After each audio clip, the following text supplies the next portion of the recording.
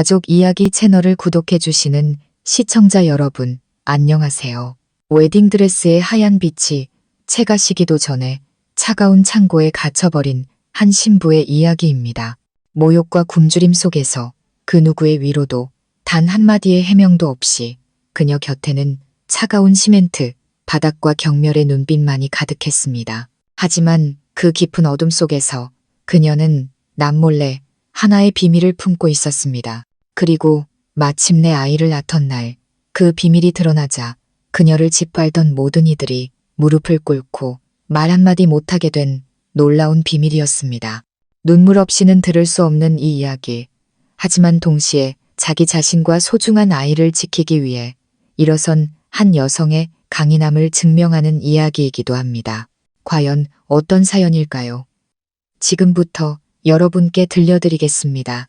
제 이름은 민서, 올해 25입니다. 저는 동해안의 한적한 바닷가, 마을에서 태어났습니다. 제 인생은 파도 한 번 없이 평온했지만 이 결혼을 시작으로 모든 것이 달라졌습니다. 결혼한 지 며칠 만에 저는 출구 없는 차가운 쇠창살에 갇혔다는 것을 깨달았습니다. 제 남편의 이름은 준호, 저보다 5살 많습니다.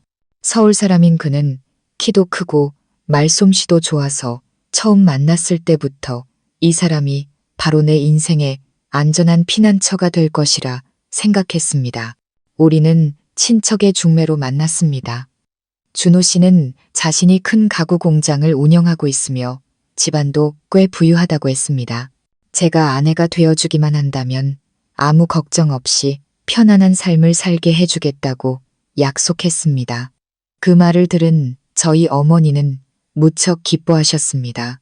어머니는 따라 책임감 있는 남편을 만났으니 이제 고생은 덜 하겠구나. 이 늙은 어미는 네가 평안하게 사는 것만이 소원이다라고 말씀하셨죠. 우리의 결혼식은 만난 지 한 달여 만에 빠르게 진행되었습니다.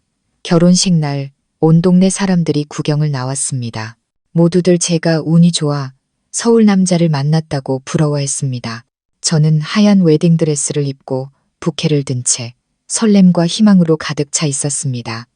하지만 그날이 바로 제 끔찍한 악몽의 시작이었음을 그때는 알지 못했습니다. 신혼 첫날 밤이 지나자마자 준호 씨는 이전에 다정한 말들을 모두 잊은 듯 완전히 다른 사람처럼 행동했습니다. 그는 냉담했고 저를 쳐다보려고도 하지 않았습니다. 저는 그저 결혼식 때문에 피곤해서 그러려니 하고 넘겼습니다. 하지만 이튿날부터 그는 터무니없는 규칙들을 내세우기 시작했습니다.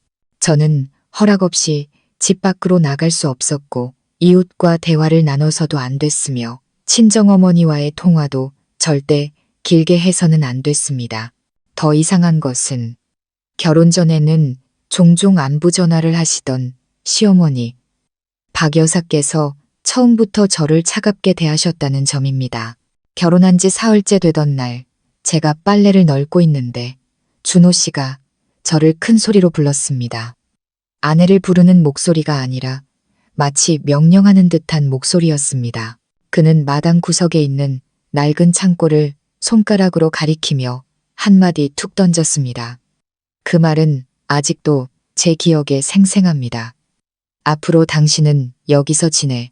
버릇 좀 고쳐야지. 이 집은 게으른 사람 안 받아줘. 저는 그 자리에 얼어붙었습니다. 그 창고는 원래 집에서 키우던 큰 개 2마리가 지내던 곳이었습니다. 악취와 습기가 숨막힐 정도였죠. 저는 그가 농담하는 줄 알았지만 그는 냉정하게 제 옷과 이불을 모두 그곳으로 던져 넣었습니다. 제가 이유를 물으며 저항하자 그는 소리쳤습니다. 이 집 며느리가 쉬운 줄 알아? 벌써부터 기어오르려고 해? 한 달 동안 거기서 반성하고 있으면 그때 가서 생각해보지. 저는 충격과 두려움에 휩싸였습니다. 시어머니는 그 모습을 곁에서 지켜보면서도 말리기는커녕 처음부터 제대로 가르쳐야지. 안 그러면 나중에 다루기 힘들어져라고 거들 뿐이었습니다. 창고에서의 첫날 밤, 저는 퀴퀴한 냄새 속에서 웅크린 채 문틈으로 새어 들어오는 칼바람 소리를 들었습니다. 온종일 제대로 먹은 것이 없어 배는 굶주림으로 쓰라렸습니다. 저는 제가 무슨 잘못을 했는지 도무지 알 수 없었습니다. 그저 결혼 전에는 달콤한 말만 하던 남자를 잘못 만난 것밖에는요. 하루하루 저는 동이 트자마자 일어나 설거지, 빨래, 요리, 마당 청소까지 집안의 모든 일을 해야 했고 그 후에야 찬밥을 먹을 수 있었습니다. 매일 밤 저는 다시 창고로 돌아와 잠을 잤고 과도한 노동의 등은 쑤시고 손발은 상처투성이었습니다.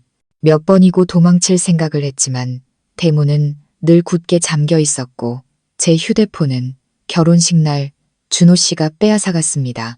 그러던 어느 폭우가 쏟아지던 밤 저는 몸의 이상을 느끼기 시작했습니다. 어지럽고 메스껍고 피곤했습니다. 처음에는 과로 때문이라고 생각했지만 몇 주 후 몰래 시장에 간식거리를 사러 갔다가 아는 약사 아주머니를 만났습니다. 아주머니는 제 얼굴을 보더니 조용히 물었습니다. 세댁, 혹시 몇 주 건너뛰지 않았어? 그 순간 저는 깜짝 놀랐습니다. 아주머니는 제게 임신 테스트기를 건네며 말했습니다. 집에 가서 한번 해봐. 내 생각엔 좋은 소식이 있는 것 같아. 그날 밤 저는 떨리는 손으로 테스트기를 사용했고 선명한 두 줄이 나타났습니다. 저는 차가운 흙바닥에 주저앉아 눈물을 흘렸습니다. 기뻐해야 할지 두려워해야 할지 알 수 없었습니다. 이 아이는 제 아이지만 저를 짐승처럼 가둔 남자의 아이이기도 했습니다. 저는 배를 감싸 안으며 다짐했습니다. 아가야, 엄마가 무슨 일이 있어도 널 지킬게. 하지만 제가 임신했다는 사실이 이후 벌어질 끔찍한 사건들의 시작이 될 줄은 꿈에도 몰랐습니다. 준호 씨는 이 소식을 듣고도 전혀 기뻐하지 않았습니다.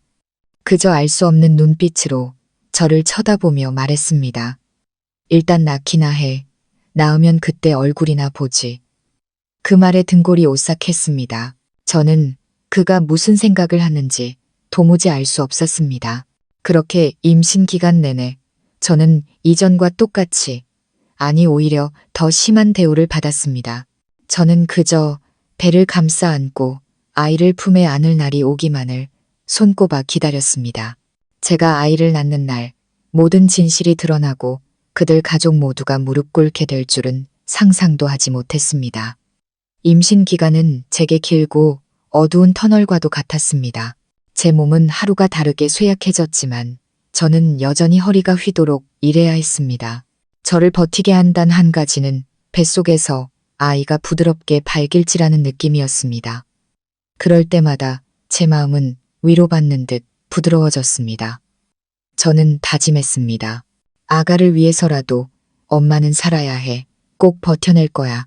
하지만 항상 그런 믿음을 지킬 수 있었던 것은 아닙니다. 비 오는 밤이면 저는 창고 안에서 배를 감싸 안고 웅크렸고 문틈으로 들이치는 차가운 빗물에 온몸을 벌벌 떨어야 했습니다. 그럴 때면 저는 제가 더 이상 인간이 아닌 것 같았습니다. 친정어머니가 사무치게 그리웠습니다. 고향에 계신 어머니는 딸이 비단 옷을 입고 호의호식하며 살고 있다고 믿고 계실 겁니다.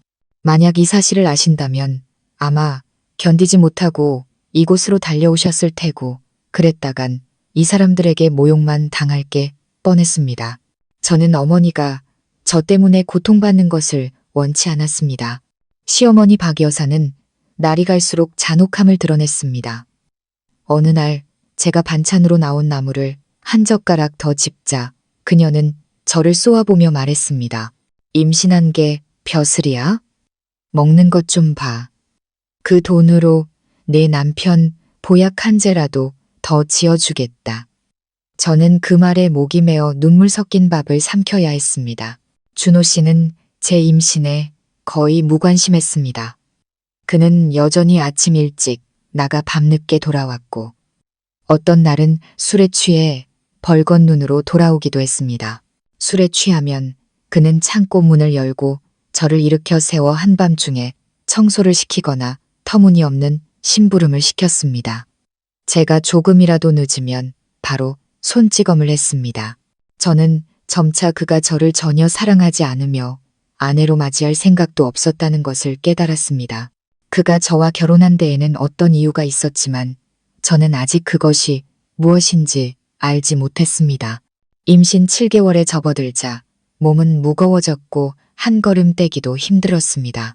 어느 날 제가 설거지를 하고 있는데 갑자기 준호 씨가 들어와 테이블 위로 물건이 든 봉투를 던졌습니다. 그는 무미건조한 목소리로 말했습니다. 여기 당신이랑 뱃속애한테 필요한 물건 몇 개 있어. 하지만 착각은 마. 이웃들 보기 창피해서 사온 거니까. 저는 고개를 숙여 고맙다고 말했지만 마음속은 씁쓸하고 이상한 기분이 들었습니다. 그는 한 번도 제게 무언가를 사준 적이 없었습니다. 왜 오늘 갑자기 이런 행동을 하는 걸까요? 그 후로도 준호 씨의 태도는 변덕스러웠습니다. 어떨 때는 침묵했고 어떨 때는 이유 없이 화를 냈습니다. 저는 손님이 올 때마다 그가 마치 아내를 끔찍이 사랑하는 남편처럼 다정하게 구는 것을 알아차렸습니다. 하지만 손님이 떠나면 모든 것이 원래대로 돌아왔습니다.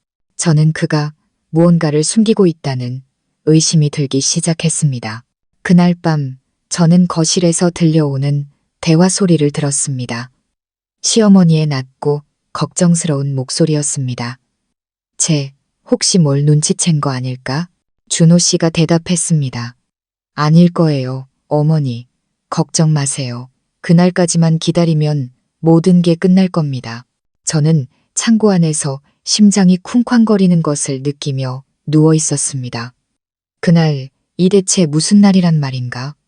그들은 저와 제 아이에게 무슨 짓을 하려는 걸까요?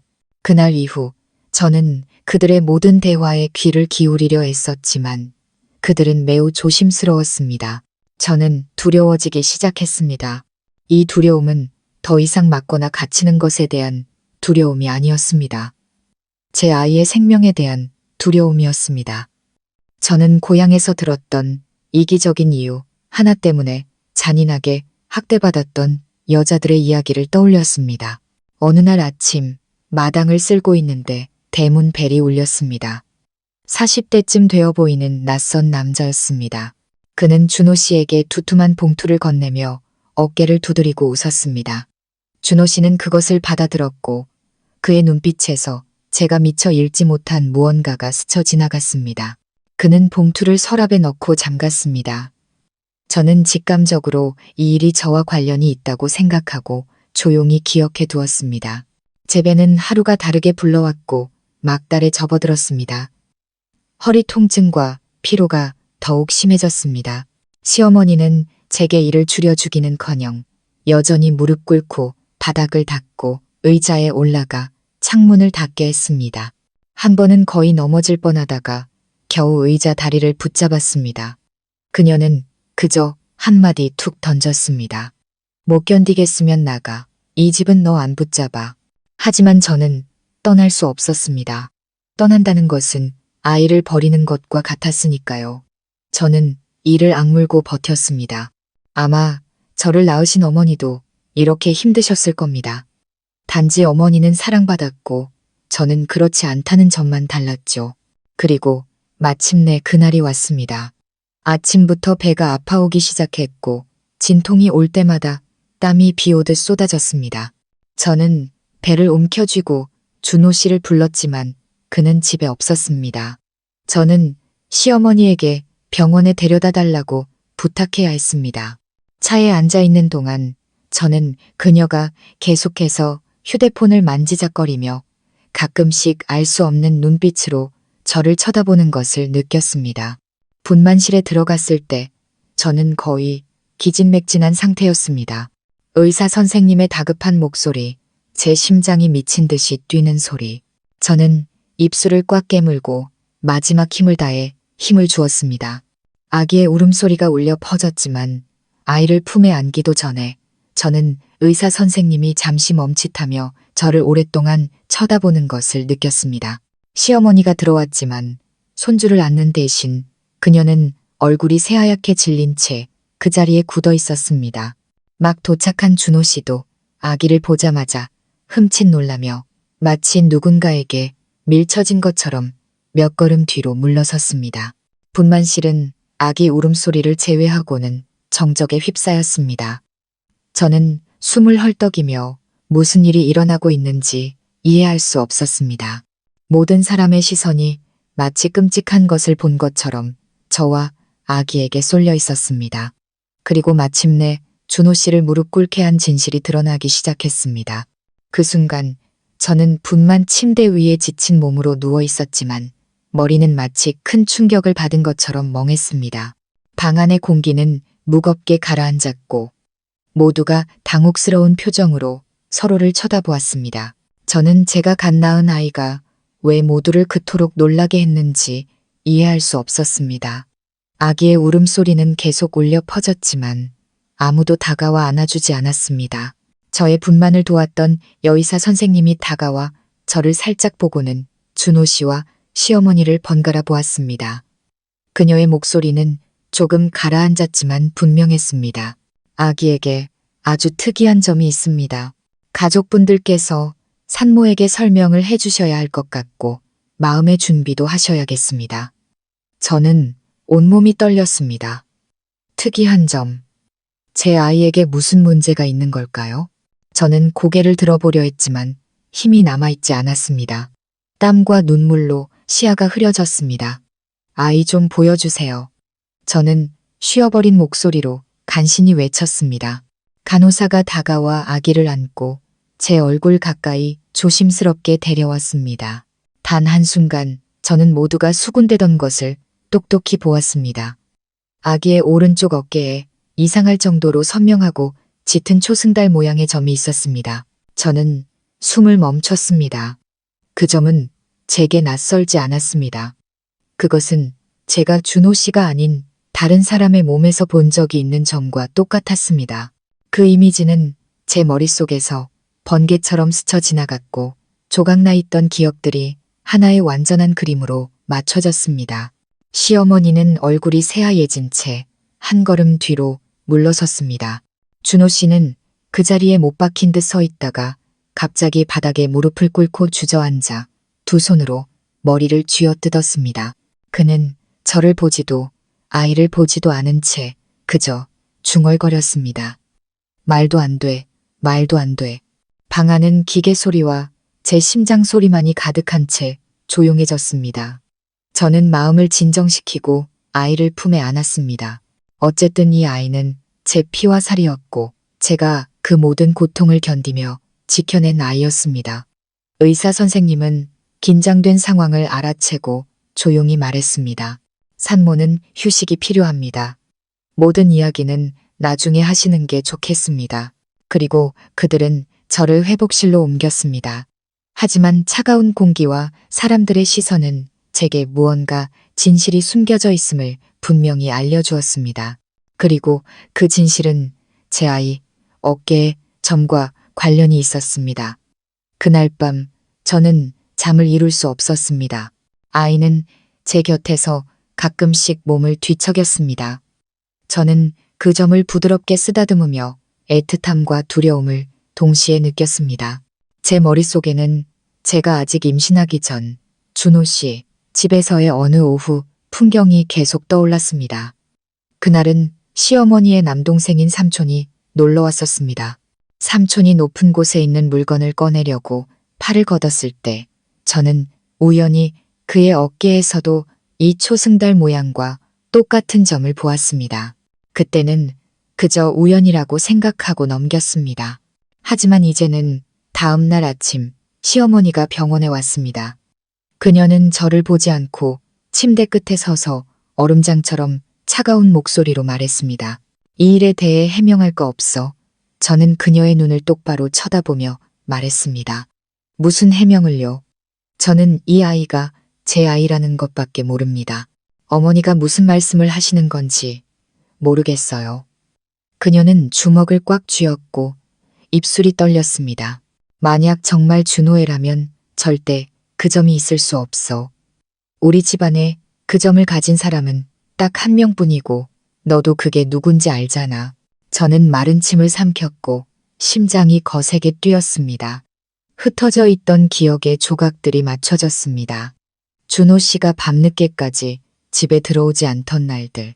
제가 창고에 갇혀 있을 때 다른 남자의 그림자가 집을 드나드는 것을 본 기억. 그리고 저를 몰래 훔쳐보던 삼촌의 이상한 눈빛, 등골을 타고 소름이 돋았습니다. 준호 씨가 들어왔습니다. 하룻밤 사이에 얼굴이 헬쑥해져 있었습니다. 그는 평소처럼 소리치지 않고 의자에 털썩 주저앉아 쉰 목소리로 말했습니다. 어머니 말이 맞아. 그 점은. 아마 그는 말을 잇지 못하고 얼굴을 감싸쥔 채 울기 시작했습니다. 저는 준호 씨가 우는 것을 처음 보았습니다. 그 모습에 저는 당황스럽고 혼란스러웠습니다. 하지만 그 속에서 분노가 치밀어 올랐습니다. 만약 모두가 알고 있었다면 왜 침묵했던 걸까? 왜 제가 임신하고 그 모든 고통을 견디며 의심 속에서 아이를 낳게 내버려 둔 걸까? 저는 준호 씨를 보며 단도직입적으로 물었습니다. 말해요. 제 아이, 누구 아이예요? 준호 씨가 고개를 들었습니다. 그의 눈은 붉게 충혈되어 있었습니다. 삼촌, 아이 아빠는 삼촌이야. 제 머릿속에서 세상이 무너지는 것 같았습니다. 저는 그 한마디 한마디를 똑똑히 들었지만 마치 누군가 제 숨을 빼앗아간 것 같았습니다. 저는 아이를 꼭 껴안고 뒤로 물러섰습니다. 심장이 찢어질 듯 아팠습니다. 머릿속에는 단 하나의 질문만이 맴돌았습니다. 왜? 준호 씨는 떨리는 목소리로 삼촌이 오랫동안 집에 함께 살면서 가족에 대한 증오심을 품고 있었다고 말했습니다. 결국 저는 그들의 계획에 이용된 장기말에 불과했습니다. 결혼은 사람들의 눈을 가리기 위한 위장이었고 진짜 목적은 저를 절망적인 상황으로 몰아넣는 것이었습니다. 그는 말을 멈췄지만 저는 나머지를 충분히 이해할 수 있었습니다. 제가 창고에 갇혀 있던 한 달 동안 그들은 제가 완전히 지치고 의존적이게 만들어 이용하려 했던 것입니다. 그리고 이 아이가 바로 그 증거였습니다. 저는 오랫동안 침묵했습니다. 뜨거운 눈물이 뺨을 타고 흘러내렸지만 소리내어 울지는 않았습니다. 울 힘조차 없을 정도로 온몸이 차갑게 식어버린 것 같았습니다. 시어머니가 무언가 말하려 했지만 저는 고개를 돌리며 말했습니다. 이 아이 제가 키울 겁니다. 하지만 앞으로 이 집 사람 누구도 이 아이에게 손대지 마세요. 준호 씨는 제가 분만실에서 들었던 것처럼 바닥에 무릎을 꿇었습니다. 그는 어린아이처럼 울며 계속해서 미안하다고 말했습니다. 하지만 이제 그 말들은 아무 의미가 없었습니다. 저는 새로운 폭풍이 이제 막 시작되었고 제 앞길이 험난할 것이라는 것을 알았습니다. 저는 아기를 꼭 껴안고 마음속으로 맹세했습니다. 엄마가 어떤 대가를 치르더라도 널 지켜줄게. 하지만 저는 그 결정이 저를 또 다른 전환점으로 이끌고 훨씬 더 깊은 진실이 드러나게 할 줄은 몰랐습니다. 저는 사흘 만에 퇴원했습니다. 아기를 품에 안고 걷는 발걸음은 돌덩이처럼 무거웠습니다. 집에서는 아무도 저를 반겨주지 않았습니다. 차가운 철문이 등 뒤에서 닫히는 소리는 저와 아이가 집이자 감옥인 곳으로 들어왔음을 확인시켜주는 것 같았습니다. 시어머니는 한마디도 하지 않고 아기를 힐끗 쳐다본 뒤 집으로 들어가 버렸습니다. 그녀의 눈빛은 차가웠지만 그 속에는 당혹감이 섞여 있는 것 같았습니다. 마치 그녀 또한 드러난 진실을 어떻게 마주해야 할지 모르는 듯 했습니다. 준호 씨는 여전히 저를 피했고 마주칠 때면 고개를 푹 숙인 채 돈 문제나 집안일에 대해 짧게 몇 마디 던질 뿐이었습니다. 저는 그가 분만실에서 무릎 꿇었던 그날 이후로 우리 사이에 결코 메울 수 없는 깊은 골이 생겼다는 것을 알았습니다. 그 후 며칠 동안 저는 거의 방치되었습니다. 식사는 묽은 국과 나물 몇 조각이 전부였고 갓 출산한 산모에게 필요한 영양분은 전혀 없었습니다. 밤이 되면 저는 아기를 재우며 베개 밑에 숨겨둔 마른 빵을 몰래 먹으며 기운을 차려야 했습니다. 너무 피곤해서 모든 것을 잊고 잠들어 버리고 싶을 때도 있었습니다. 하지만 아기가 작게 울기만 해도 저는 깜짝 놀라 아기를 꼭 껴안았습니다. 어둠 속에서 누군가 제 아이를 데려갈까봐 두려웠기 때문입니다. 제가 출산한 후 삼촌의 등장은 집안 분위기를 더욱 숨막히게 만들었습니다. 이전에도 그의 눈빛이 이상하다고 느꼈지만 이제 그가 올 때마다 저는 고개를 숙여 피할 뿐이었습니다. 그는 별말 없이 멀리 서서 쳐다보기만 했고 그 옅은 미소에는 등골을 오싹하게 만드는 무언가가 숨겨져 있었습니다. 저는 아이 어깨의 점이 제가 결코 동의한 적 없는 관계의 증거이며 모두의 침묵이 바로 공모라는 것을 똑똑히 알고 있었습니다. 어느 날 제가 마당에서 빨래를 하고 있는데 등 뒤에서 조용한 발소리가 들렸습니다. 삼촌의 낮고 음흉한 목소리가 울려 퍼졌습니다. 잘 키워. 어쨌든 내 핏줄이잖아.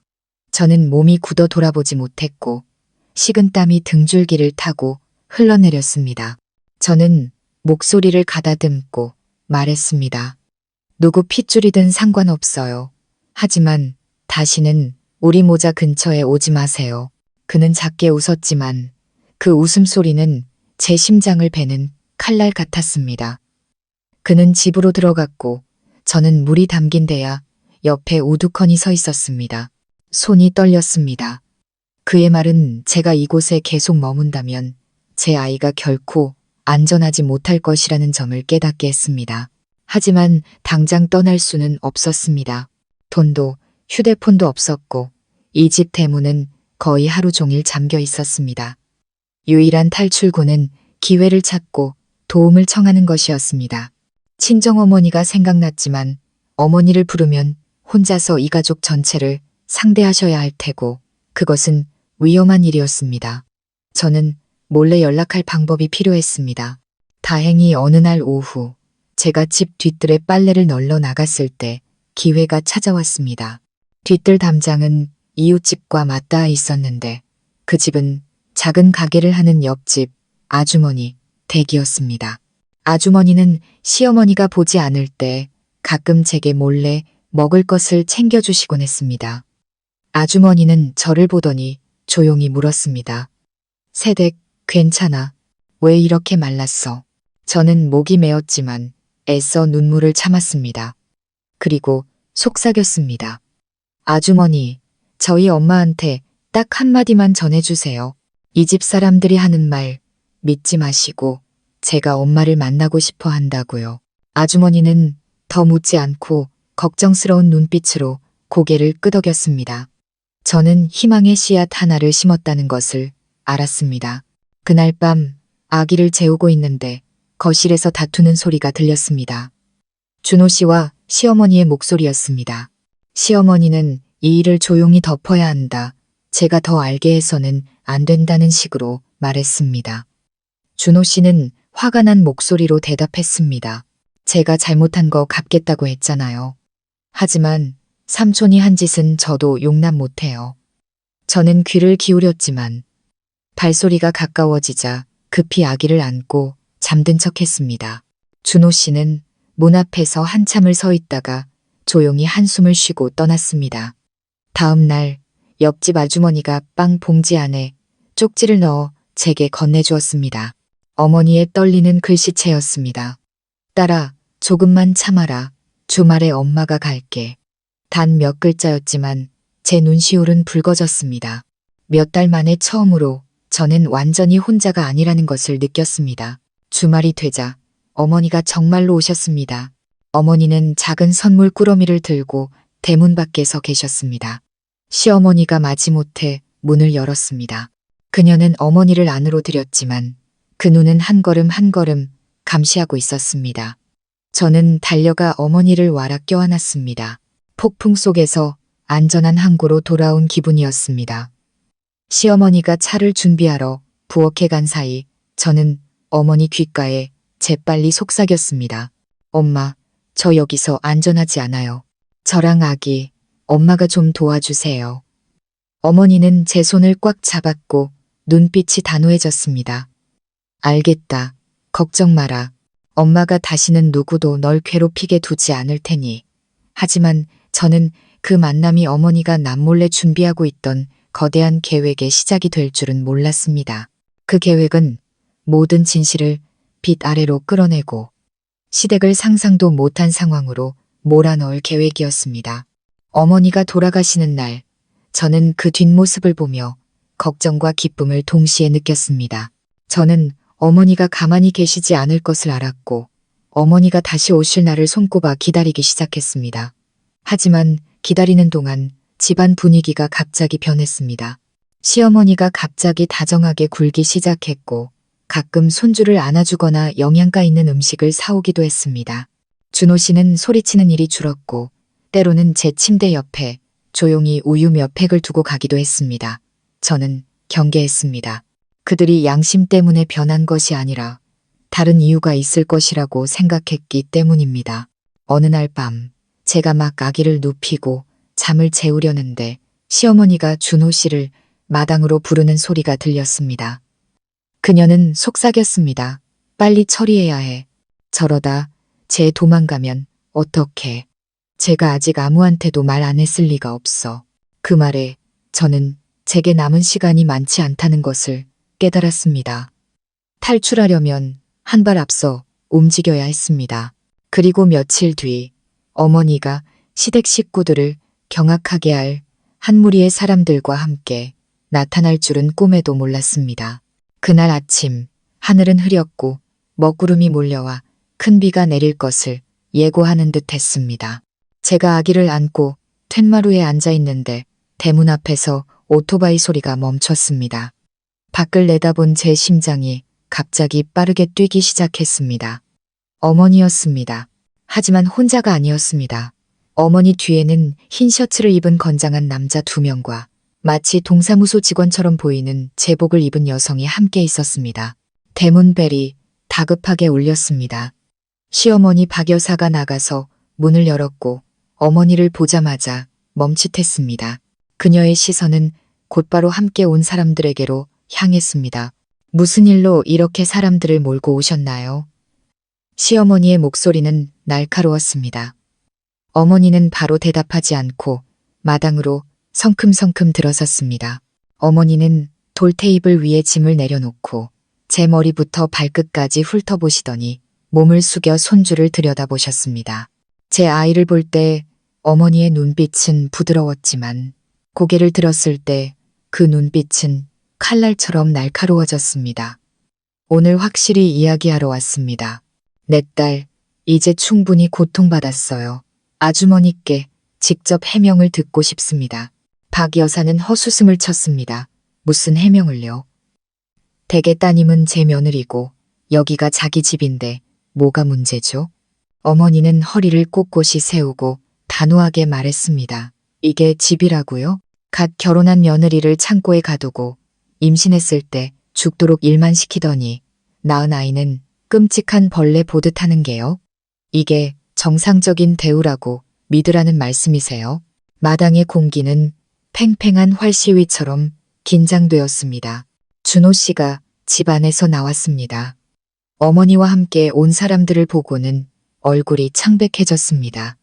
그는 더듬거리며 말했습니다. 장모님, 어떻게. 어머니는 그의 말을 잘랐습니다. 오늘은 나뿐만 아니라 동사무소에서도 나왔다. 박 여사님과 준호 서방이 똑똑히 말하지 않으면 법대로 처리할 수밖에 없어. 제복을 입은 여성이 나서서 온화하지만 단호한 목소리로 말했습니다. 저희는 가정폭력, 불법 감금 및 인격 모독 행위에 대한 신고를 받고 나왔습니다. 오늘 조사를 위해 나왔으니 가족분들의 협조를 부탁드립니다.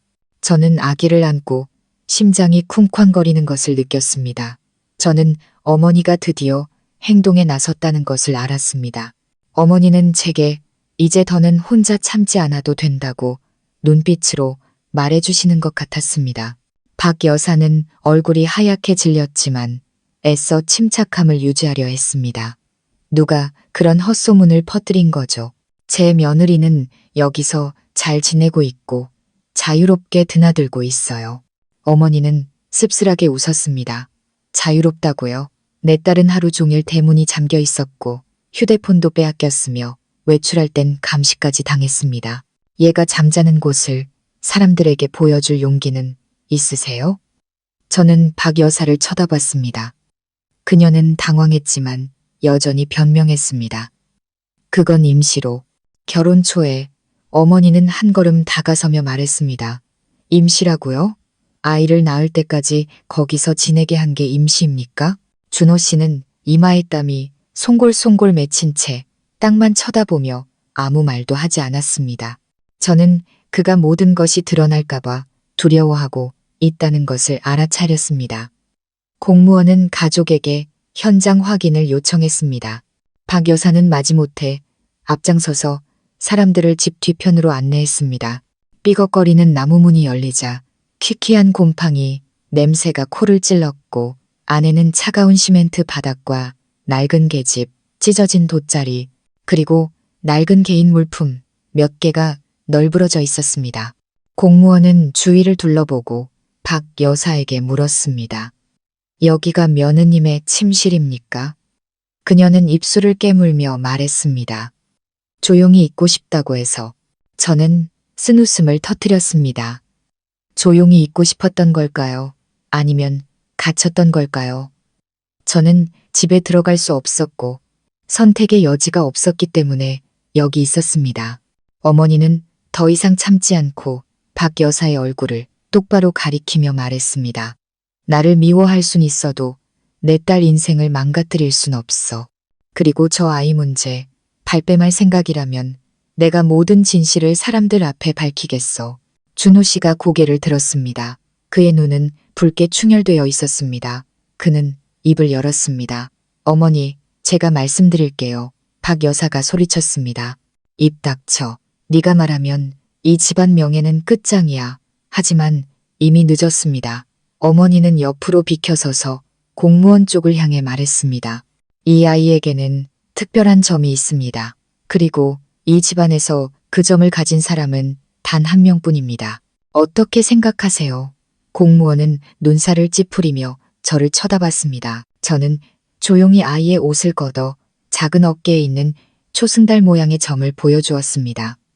모든 시선이 처음부터 마당 구석에 숨어있던 삼촌에게로 쏠렸습니다.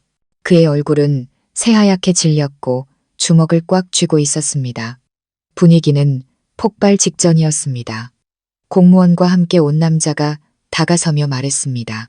신고 내용이 사실이라면 이것은 심각한 사건입니다. 저희는 진술서를 작성하고 혈연관계 확인을 위해 DNA 검사를 요청하겠습니다. 박 여사는 숨막히는 비명을 질렀고 준호 씨는 의자에 털썩 주저앉아 두 손으로 머리를 감쌌습니다. 삼촌은 한마디도 하지 않고 조용히 대문으로 빠져나가려 했지만 즉시 제지당했습니다. 저는 아기를 꼭 껴안고 그곳에 서 있었습니다. 그들의 체면이 깎이는 것을 보고 싶어서가 아니었습니다. 제 아이를 위해 제가 짐승처럼 갇히고 짓밟았던 그 세월을 위해 정의가 필요했기 때문입니다. 어머니는 제게 돌아서며 부드러운 눈빛으로 말했습니다. 딸아, 이제부터 우리 모녀는 누구도 두려워할 필요 없어. 하지만 넌 강해져야 해. 앞으로 갈 길이 아직 멀어. 저는 고개를 끄덕였고 눈물이 아이의 뺨 위로 떨어졌습니다. 그 순간 저는 마치 다른 문을 통과한 것 같았습니다. 더 이상 계집에 갇힌 작고 연약한 신부가 아니라 아이를 지키기 위해 모든 것에 맞설 준비가 된 어머니로서 말입니다. 하지만 저는 시댁이 쉽게 물러나지 않을 것이며 앞으로의 날들이 제가 겪었던 것보다 더 혹독할 수도 있다는 것을 알고 있었습니다. 그날 아침 이후 시댁은 마치 폭풍이 휩쓸고 간 듯했습니다. 시어머니 박 여사는 거의 방에서 나오지 않고 사람을 시켜 식사만 챙겨 먹었습니다. 준호 씨는 하루 종일 어딘가에 갔다가 밤늦게 돌아왔고 제 눈을 피했습니다. 삼촌은 경찰 조사를 받기 위해 연행되었지만 저는 그가 작은 틈만 보이면 빠져나갈 방법을 찾을 것이라고 확신했습니다. 저는 집에서 아이를 돌보며 어머니와 경찰의 소식을 기다렸습니다. 모든 것이 명확해진 것 같았지만 제 마음은 여전히 무거웠습니다. 저는 명예와 이익이 걸린 문제에서 이 가족이 반격하기 위해 온갖 수단을 동원할 것이고 그들에게는 비열한 방법이 얼마든지 있다는 것을 알았습니다. 예상대로 사흘 후 제가 기저귀를 갈고 있는데 박 여사가 갑자기 방문 앞에 나타났습니다. 그녀의 눈빛은 평소와 완전히 달랐습니다. 더 이상 날카롭지 않고 눈물이 그렁그렁했으며 목소리는 쉬어 있었습니다. 아가, 내가 부탁할게. 고소 좀 취하해다오. 무슨 일이든 집안에서 해결할 수 있잖아. 일을 크게 만들지 마. 남들이 비웃을 거야. 저는 고개를 들어 말없이 그녀를 쳐다봤습니다. 머릿속에는 제가 창고에서 웅크리던 밤들, 눈물 섞인 밥을 먹던 식사 시간, 그리고 준호 씨에게 혼날 때 아무런 제지 없이 지켜보던 그녀의 모습이 스쳐 지나갔습니다. 저는 아무 말 없이 아이를 더 꽉 껴안았습니다. 그녀는 가까이 다가와 목소리를 낮췄습니다.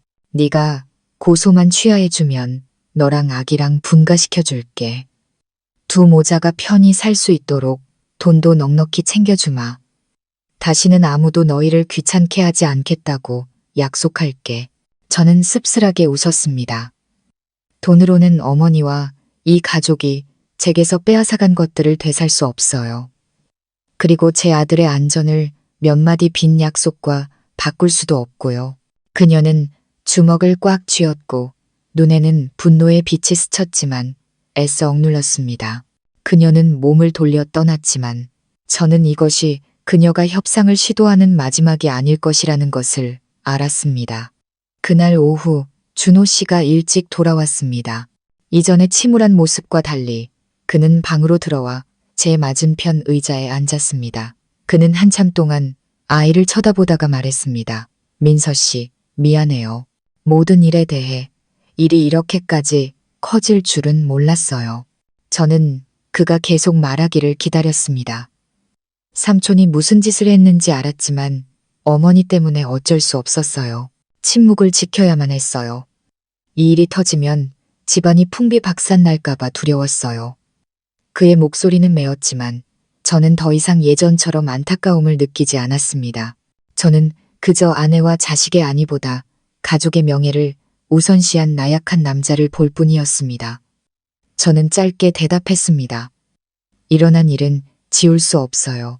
정말로 속죄하고 싶다면 경찰서에 가서 제 편에 서주세요. 그것뿐이에요. 준호 씨는 아무 말 없이 고개를 숙였습니다.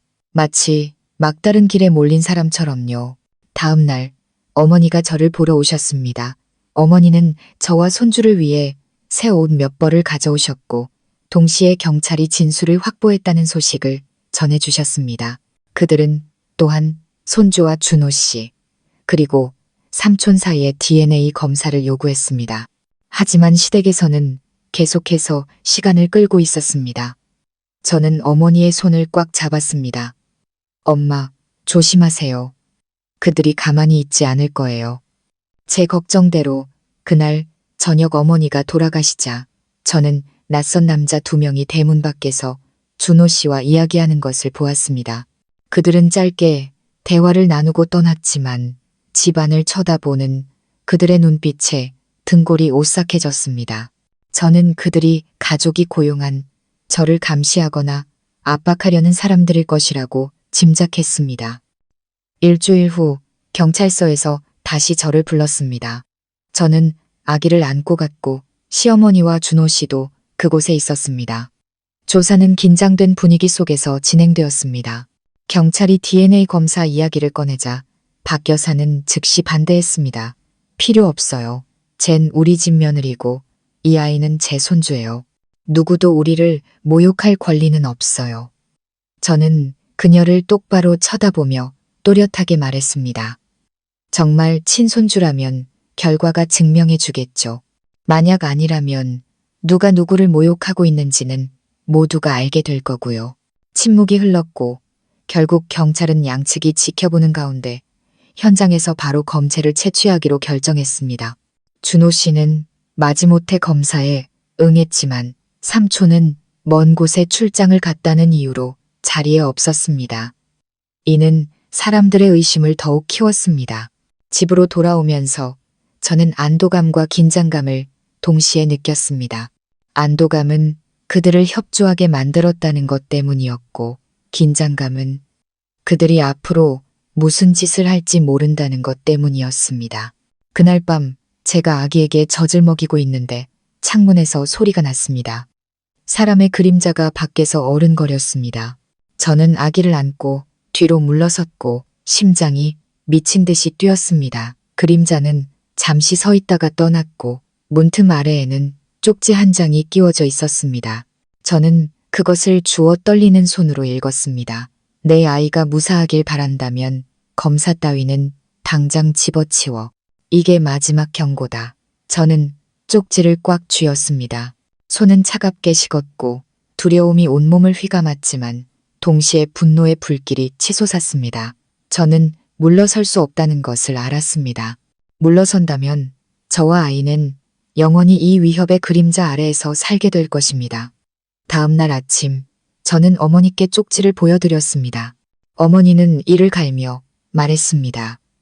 저것들이 비열하게 나온다면 우리 모녀는 더 끝까지 가야 해. 경찰에 신고하마. 저는 어머니를 보았고 그 눈 속에서 저와 같은 강철 같은 의지를 보았습니다.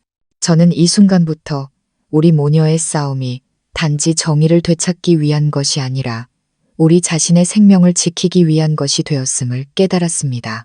하지만 저는 곧 있을 DNA 검사 결과가 단지 혈연 관계를 밝히는 것뿐만 아니라 또 다른 비밀을 끌어낼 것이라고는 상상도 하지 못했습니다. 제가 상상조차 해본 적 없는 그런 비밀을 말입니다. 검체 채취 일주일 후 경찰서에서 DNA 검사 결과가 나왔다는 연락이 왔습니다. 그 소식을 듣자마자 손발이 후들거리고 심장이 북처럼 울렸습니다. 오랫동안 마음의 준비를 해왔지만 진실이 밝혀지기 직전의 순간 저는 여전히 긴장과 두려움을 떨칠 수 없었습니다. 그날 조사는 동사무소 회의실에서 진행되었습니다. 저와 어머니, 준호 씨, 박 여사, 그리고 2명의 경찰관이 참석했습니다. 삼촌은 여전히 돌아오지 못했다는 핑계로 자리에 없었지만 저는 그가 무엇 때문에 숨어 있는지 똑똑히 알고 있었습니다. 회의실 안의 공기는 무겁게 가라앉았습니다. 경찰관이 봉투를 열어 결과지를 꺼내고 천천히 한 글자 한 글자 읽어 내려갔습니다. 검사 결과 박준호 씨와 아기 사이의 부자관계 성립 확률은 0%입니다. 저는 온몸이 얼어붙는 것 같았습니다. 준호 씨는 고개를 푹 숙였고 손은 주먹을 꽉 쥐고 있었습니다. 시어머니는 잠시 멈칫하더니 즉시 반박했습니다. 아니야, 이 결과는 분명히 잘못됐어. 다시 검사해. 경찰관은 흔들림 없이 2번째 부분을 계속 읽었습니다. 검사 결과 박태식 씨와 아기 사이의 부자관계 성립 확률은 99.99%입니다. 그 숫자들은 마치 모든 거짓을 베어내는 칼날처럼 선명하게 울려 퍼졌습니다. 저는 옆에서 어머니가 깊은 숨을 내쉬는 소리를 들었고 제 자신은 마음속에 텅 빈 냉기만을 느꼈습니다. 이미 알고 있었지만 모든 사람 앞에서 진실이 밝혀지자 저는 여전히 가슴이 찢어지는 듯한 고통을 느꼈습니다. 박 여사가 갑자기 벌떡 일어나 저를 손가락으로 가리켰습니다. 네가 시동생을 유혹해서 우리 집안을 망치려고 했어.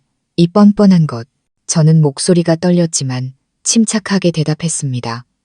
제가 정말 그런 짓을 했다면 왜 임신한 채로 갇히고 학대받는 고통을 겪어야 했을까요? 이 모든 일이 일어나도록 방치하고 진실을 숨기려 한 것은 바로 아주머니 댁입니다. 2 경찰관 중 1명이 말했습니다.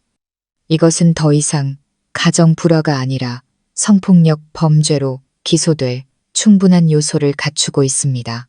저희는 이 사건을 경찰서로 이관하여 수사를 진행하겠습니다. 박 여사의 얼굴이 새하얗게 질렸습니다. 그녀는 구원을 바라는 듯 준호 씨를 쳐다봤지만 그는 그저 아무 말 없이 앉아있을 뿐이었습니다. 저는 그가 진실 앞에서 완전히 저항할 능력을 잃었다는 것을 깨달았습니다. 조사가 끝나고 저와 어머니는 집으로 돌아왔습니다. 길 위에서 어머니는 제 손을 꽉 잡았습니다. 봤지? 정의는 결국 우리 편이야. 하지만 이게 끝이 아니야. 그들은 계속해서 반격할 방법을 찾을 테니 항상 조심해야 해. 다음 며칠 동안 저는 위험을 피하기 위해 친정으로 거처를 옮기기로 결정했습니다. 준호 씨는 막지 않았고 찾아오지도 않았습니다. 아마도 그는 저를 잃고 한때 자신의 아이라 생각했던 아이마저 잃었다는 사실을 받아들인 것 같았습니다. 하지만 저는 삼촌이 아직 나타나지 않았고 그가 쉽게 포기하지 않을 것이라고 믿었기 때문에 이 일이 아직 끝나지 않았다는 것을 알았습니다. 예상은 정확했습니다. 어느 날 저녁 제가 친정집에서 아기를 재우고 있는데 문을 다급하게 두드리는 소리가 들렸습니다. 어머니가 문을 열자 우리 앞에는 삼촌이 서 있었습니다. 그는 이전의 거만한 모습이 아니라 초라하고 깡마른 모습에 눈밑은 퀭했습니다. 삼촌이 안으로 들어와 쉬어버린 목소리로 말했습니다. 민서야, 할 얘기가 있다. 저는 아기를 안고 경계하는 눈빛으로 그를 쳐다봤습니다. 어머니는 제 옆을 막아서며 날카로운 목소리로 말했습니다. 할 얘기 없습니다. 모든 게 명백해졌으니 돌아가세요. 하지만 삼촌은 끈질겼습니다. 내가 미안하다. 내가 잘못한 거 알아. 하지만 저 아이는 내 핏줄이야. 아이를 한번 보고 싶고 조금이라도 책임지고 싶다. 그 말을 듣자 제 안에서 불같은 분노가 치밀어 올랐습니다. 저는 즉시 대답했습니다. 당신은 이 아이가 명예롭게 태어날 권리를 빼앗았고 이 아이의 엄마를 지옥에서 살게 했어요. 당신은 아무것도 요구할 권리가 없어요. 제가 아이를 키울 테니 다시는 우리 앞에 나타나지 마세요. 삼촌은 고개를 숙이고 더 이상 아무 말도 하지 않았지만 문을 나서기 전 애매한 한마디를 남겼습니다. 나중에 알게 될 거야. 이 일은 네가 아는 것보다 훨씬 복잡해. 그 말은 밤새 저를 괴롭혔습니다. 훨씬 복잡하다는 게 무슨 뜻일까? 저는 모든 진실을 안다고 생각했지만 그의 말은 저를 불안하게 만들었습니다. 다음 날 아침 저는 어머니께 그 일을 말씀드렸습니다. 어머니는 잠시 침묵하시더니 말했습니다. 네가 갇혀있던 날과 관련된 다른 일이 있을지도 모르겠. 엄마가 좀 더 알아볼게. 예상대로 며칠 후 어머니는 심각한 얼굴로 돌아오셨습니다. 어머니는 동네 지인을 통해 제가 창고에 갇혀 있을 당시 삼촌뿐만 아니라 낯선 남자 한 명이 시댁을 자주 드나들었다는 사실을 알아냈습니다. 그 남자는 카메라를 들고 다녔고 창고가 있던 집 뒤편에 여러 번 들어갔다고 합니다. 제 심장이 차갑게 식었습니다. 저는 제가 잠들었을 때 누군가 문 밖에서 쳐다보는 듯한 느낌과 어둠 속에서 들려오던 카메라 셔터 소리를 기억해냈습니다. 등골을 타고 소름이 돋았습니다. 저는 제가 갇혔던 이유가 단지 저를 훈육하거나 고립시키기 위한 것이 아니라 훨씬 더럽고 추악한 목적이 있었음을 깨닫기 시작했습니다. 저는 아기를 안고 아이를 지켜야 한다는 감정이 더욱 강렬해졌습니다.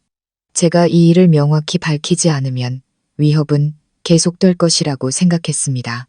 그리고 바로 이때 저는 제 싸움이 단지 저 자신만의 정의를 위한 것이 아니라 욕망과 이익을 위해 다른 사람을 짓밟는 자들을 막기 위한 것이라는 점을 깨달았습니다.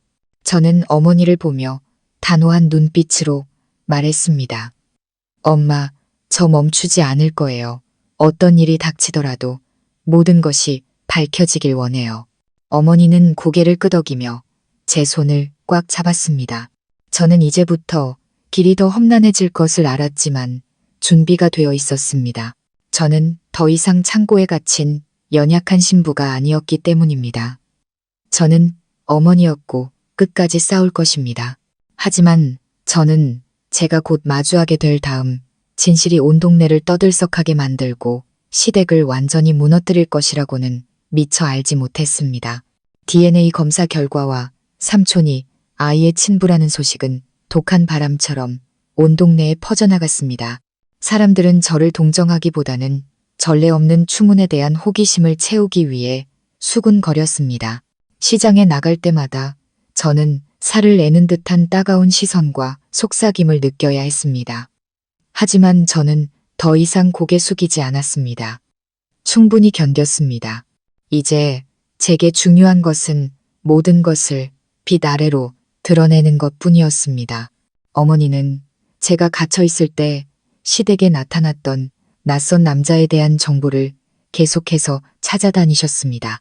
읍내에서 경비원으로 일하는 지인 덕분에 어머니는 그 남자의 이름이 최 씨이며 주로 노래방이나 유흥업소에서 사진을 찍어주는 일을 한다는 것을 알아냈습니다.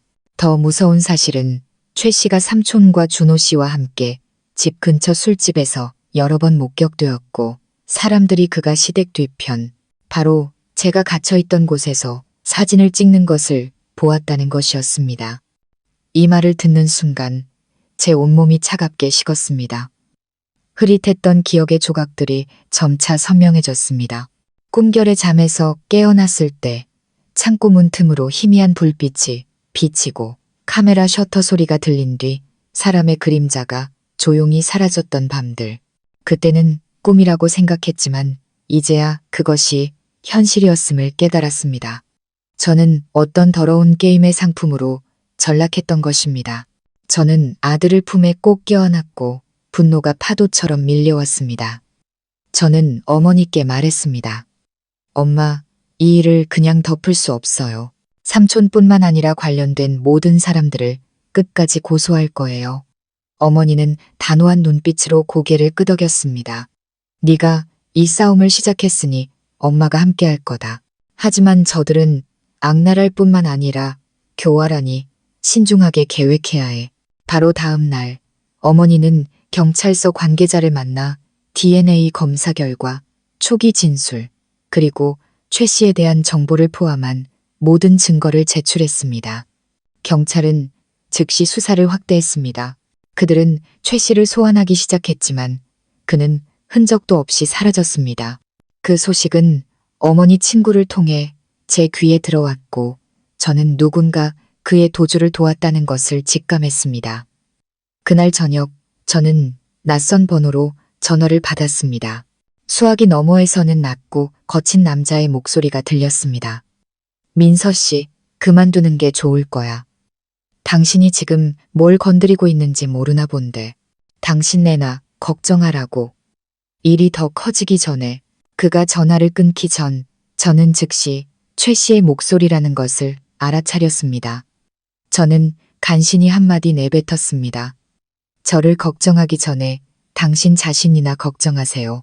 전화가 끊기자마자 저는 아들을 안고 빠르게 뛰는 심장을 느꼈습니다. 두려웠지만 증오가 더 컸습니다. 저는 만약 여기서 물러서면 모든 것을 잃게 될 것이라고 생각했습니다. 이틀 후 경찰은 제가 갇혀있던 기간에 대한 자세한 진술을 위해 저를 불렀습니다. 저는 창고로 쫓겨난 과정부터 감금 기간, 그리고 낯선 그림자를 보고 카메라 소리를 들었던 일까지 하나하나 이야기했습니다. 경찰관은 고개를 끄덕이며 신중하게 기록한 뒤 말했습니다. 저희는 그들이 당신의 사진이나 영상을 협박이나 거래 목적으로 사용했을 가능성을 의심하고 있습니다. 만약 그렇다면 이것은 더 이상 개인적인 사건이 아닙니다. 그 말에 저는 두려움과 안도감을 동시에 느꼈습니다. 두려웠던 것은 그들의 말이 너무나 끔찍했기 때문이고, 안도했던 것은 경찰이 이것을 범죄로 규정했기 때문에 제가 더 이상 한 가족 전체와 홀로 맞서 싸우지 않아도 된다는 것이었습니다. 하지만 모든 것이 순조롭게 진행되고 있다고 생각했을 때 예기치 못한 일이 일어났습니다. 그날 오후 준호 씨가 저를 찾아왔습니다. 그는 친정집 대문 앞에 서 있었는데 눈에 띄게 수척해졌고 눈은 퀭했습니다. 민서 씨, 할 얘기가 있어요. 저는 망설였지만 어머니는 그가 무슨 말을 하는지 들어보라고 하셨습니다. 준호 씨가 들어와 의자에 앉았고 그의 떨리는 손은 물잔을 들고 있었습니다. 최 씨가 사라진 거 알아요. 하지만 사실 그는 멀리 가지 않았어요. 어머니와 삼촌이 그를 산속 농장으로 보내서 일이 잠잠해질 때까지 기다리게 했어요. 저는 눈살을 찌푸렸습니다. 왜 저한테 그 말을 하는 거죠? 그들이 알면 어떡하려고요. 준호 씨는 고개를 숙였습니다. 제가 너무 오랫동안 침묵했어요. 저도 그들에게 이용당했어요. 제가 당신을 사랑해서 결혼한 줄 아세요? 아니에요. 어머니는 저보고 그냥 위장용으로 결혼하라고 하셨어요. 그리고 삼촌 일은 저는 감히 반대할 수 없었어요. 저는 목이 매는 것을 느꼈습니다. 그가 한 짓이 혐오스러웠지만 그 순간 저는 그 역시 비겁한 공범자일 뿐 그 더러운 게임의 일부였음을 깨달았습니다. 준호 씨는 계속해서 말했습니다. 제가 이 말을 하는 건 당신이 조심해야 한다는 걸 알려주기 위해서예요. 그들은 당신 입을 막기 위해 어떤 수단이든 쓸 거예요. 그리고 한 가지 더. 제가 듣기로 당신이 창고에서 쓰러졌던 그 밤 삼촌과 최 씨뿐만 아니라 다른 사람도 한 명 더 있었다고 해요. 등골이 오싹해졌습니다. 누구요? 준호 씨는 망설이다가 작게 말했습니다. 가족과 사업을 하던 사람인데 아주 힘이 센 사람이에요. 만약 당신이 그 사람을 끌어내릴 수 있다면 어머니와 삼촌 모두 무너질 거예요. 그의 말은 저를 충격에 빠뜨렸습니다. 모든 것 뒤에는 더 크고 강력한 모든 것을 조종하는 또 다른 손이 있었던 것입니다. 그날 밤 저는 뒤척이며 잠을 이루지 못했습니다. 만약 이 진실이 밝혀진다면 이것은 더 이상 단순한 가정사가 아니라 지역 전체를 뒤흔들 수 있는 큰 사건이 될 것이라고 생각했습니다. 하지만 그것은 또한 제가 몇 배나 더 큰 위험에 직면해야 한다는 것을 의미했습니다. 저는 곤히 잠든 아들을 바라보았습니다. 작은 손이 힘없이 쥐어져 있는 것을 보며 제 마음속에서는 전례 없는 결심이 솟아올랐습니다. 엄마는 끝까지 갈 거야. 네가 다시는 엄마처럼 두려움 속에서 살지 않도록. 다음 날 저는 경찰을 찾아가 준호 씨가 한 말, 그 권력 있는 남자에 대한 정보까지 모두 이야기했습니다. 경찰관은 듣고 나서 당분간 외출을 자제하라고 했고 보호 인력을 배치하겠다고 했습니다. 저는 지금이 가장 위험한 시기이며 한 걸음만 잘못 내디디면 저와 아들이 모든 것을 잃을 수 있다는 것을 이해했습니다. 하지만 저는 이미 너무 멀리 와서 돌아갈 수 없다는 것도 알았습니다. 그리고 머지않아 진실이 폭발하며 시댁의 완전한 붕괴를 가져올 것이라고 믿었습니다. 그 후 며칠 동안 친정집 주변의 공기는 무겁게 가라앉았습니다. 경찰이 감시 인력을 배치하고 가끔 들러 안부를 물었지만 저는 여전히 멀리서 누군가 저를 지켜보는 듯한 느낌을 받았습니다. 밤이면 종종 오토바이가 골목 앞에서 천천히 달리다가 조용히 사라지는 소리가 들렸습니다. 어머니는 저쪽 집안 사람들이 정신적으로 압박하려는 것일 수 있다고 하셨습니다. 저는 아들을 더 꼭 껴안고 한시도 곁을 떠나지 않았습니다. 그 작은 얼굴을 볼 때마다 제 마음속에서는 말로 표현할 수 없는 힘이 솟아올랐습니다. 마치 모든 것에 맞설 수 있게 해주는 보이지 않는 방패 같았습니다. 어느 날 오후 경찰서에서 추가 정보 제공을 위해 저를 불렀습니다. 제가 도착하자 그들은 최 씨에게서 압수한 휴대폰에서 출력한 사진 여러 장을 보여주었습니다. 제 심장이 멎는 것 같았습니다. 그 중에는 제가 창고에 갇혔을 때 찍힌 사진들이 있었습니다. 헝클어진 머리, 붉게 충혈된 눈, 임신한 배를 감싸고 있는 손. 그 사진들은 명백히 몰래 찍힌 것이었고 일부는 인격을 모독하기 위해 편집되어 있었습니다. 하지만 저를 더 소름 끼치게 한 것은 다른 몇 장의 사진이었습니다. 최 씨가 중년의 건장한 남자와 함께 찍은 사진이었는데 얼굴이 낯익었습니다. 저는 자세히 들여다보다가 그가 시댁의 오랜 사업 파트너이자 시어머니가 늘 존경의 어조로 언급하던 강 회장이라는 것을 깨닫고는 충격에 빠졌습니다. 그는 도내에서 큰 건설 회사를 운영하는 사장이었고 명성이 자자하며 많은 고위층과 아는 사이였습니다. 경찰관은 제 반응을 보더니 말했습니다. 이 사람이 저희가 직접적인 관련이 있다고 의심하는 인물입니다. 그가 이 사진들을 개인적인 목적으로 구매했거나 사업상 거래에 사용했을 가능성이 있습니다. 결혼 전에 이 사람을 만난 적이 있는지 확인해 주실 수 있습니까? 저는 고개를 저었습니다. 없어요. 하지만 결혼하고 일주일쯤 지났을 때 그가 집에 들렀던 적이 있어요. 제가 뒤뜰에서 빨래를 널고 있었는데 그때 안으로 불려 들어갔어요. 준호 씨와 시어머니는 저보고 방에 가만히 있으라고 했어요. 사업 이야기인 줄 알고 신경 쓰지 않았죠. 경찰관은 고개를 끄덕였습니다. 아마 그때부터 그들이 당신을 노리기 시작했을 겁니다. 그 말에 소름이 돋았습니다. 모든 것이 삼촌의 우발적인 행동이나 우연이 아니었던 것입니다. 저는 제가 누구와 살고 있는지도 채 깨닫기 전에 상품처럼 표적이 되었던 것입니다. 그날 오후 저는 무거운 마음으로 집에 돌아왔습니다. 어머니는 이야기를 다 듣고 제 손을 꽉 잡았습니다. 민서야, 봤지? 이건 더 이상 그들 가족만의 문제가 아니야. 이건 조직적인 범죄야. 엄마는 저들을 절대 용서 못해. 이틀 후 경찰은 강 회장을 참고인으로 전격 소환했습니다. 이 소식은 빠르게 퍼져나가 온 동네를 떠들썩하게 만들었습니다. 사람들은 온갖 추측을 쏟아냈지만 저는 이것이 단지 시작에 불과하다는 것을 알았습니다. 그는 부유하고 권력이 있었기에 분명히 혐의를 부인할 방법을 찾을 것이었습니다. 예상대로 바로 다음 날 저는 발신인 이름 없이 두툼한 봉투 하나를 받았습니다. 안에는 쪽지 한 장이 들어있었습니다. 그만둬라. 이건 보상하려는 성이다. 계속하면 내 아이가 대가를 치를 것이다. 저는 떨리는 손으로 봉투를 테이블 위에 내려놓았습니다. 어머니가 그것을 집어들어 열어보자 안에는 빳빳한 새 돈다발이 들어있었습니다.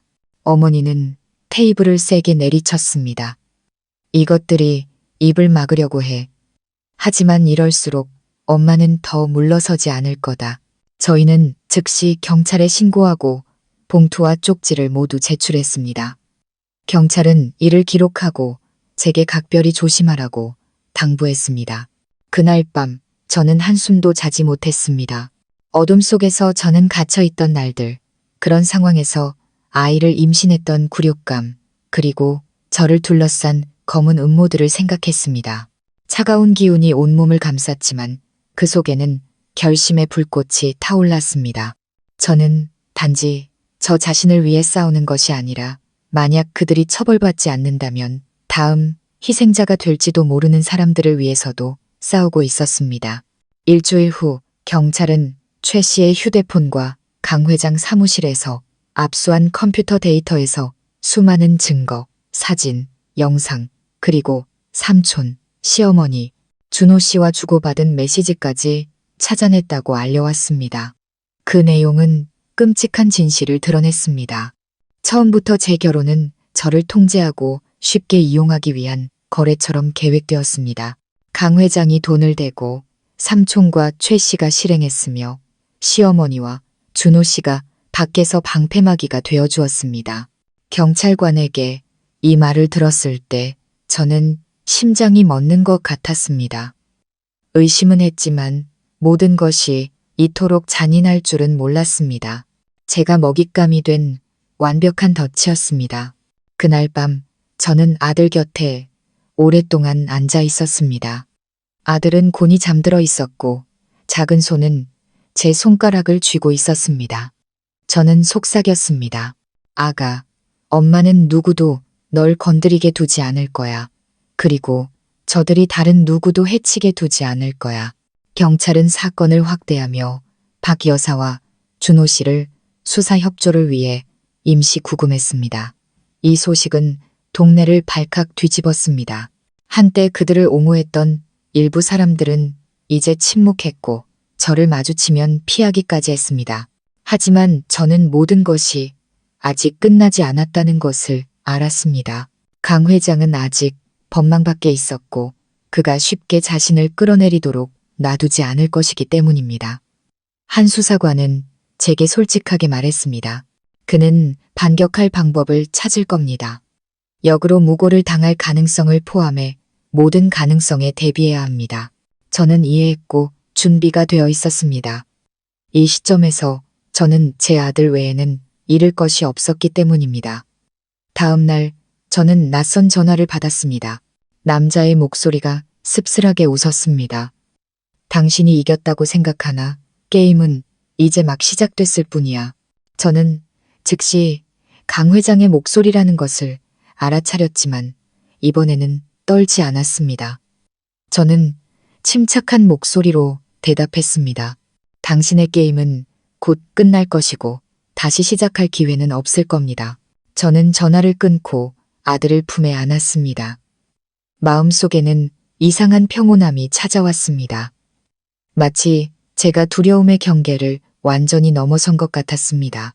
저는 불과 며칠 뒤 예기치 못한 사건이 발생하여 이 사건을 최고조로 끌어올리고 강 회장이 온 동네 사람들 앞에 자신의 실체를 드러낼 수밖에 없게 될 줄은 몰랐습니다.